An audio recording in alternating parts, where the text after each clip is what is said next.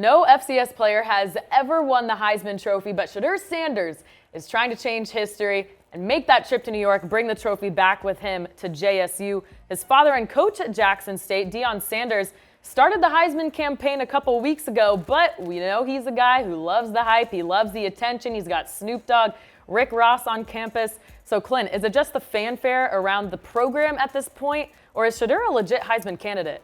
No, he's a special player. He's the straw that stirs the drink at JSU. He's so good with his mental processing, accuracy, gets the football in the right spots. I mean, he reads secondary rotation like an NFL quarterback. I talked to a couple sources at JSU this week. They think that he prepares like a Tom Brady, like a Peyton Manning, in just his preparation each week for the game. I mean, he's very cerebral. He knows what to do at the line of scrimmage. All his check with me's at the line of scrimmage. He's extremely sharp.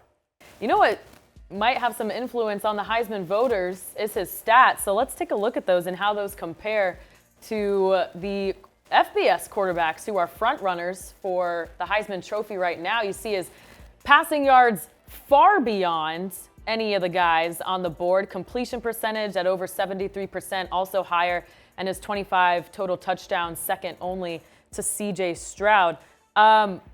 Clint, you know, football purists are going to say he's not facing the same level of competition. What would you say to them? I think that he's playing absolutely at a Heisman level. You know, you look at Steve McNair back in 1994. He was third in Heisman voting, and Shedeur has a better completion percentage, much better completion percentage than him. And in only 6 games in, he's thrown for 23 touchdowns, 5 interceptions, and I think that he's on pace to throw for 40-plus touchdowns, which will be right around that Steve McNair number. I mean, he's not quite the runner that Steve McNair was, but he's extremely sharp.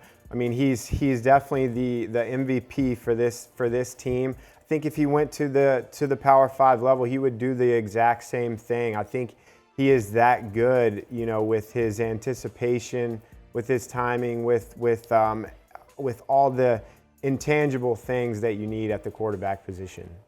At the midpoint of the season, is there anything else he needs to do to kind of sway these voters? I mean, his schedule's not changing.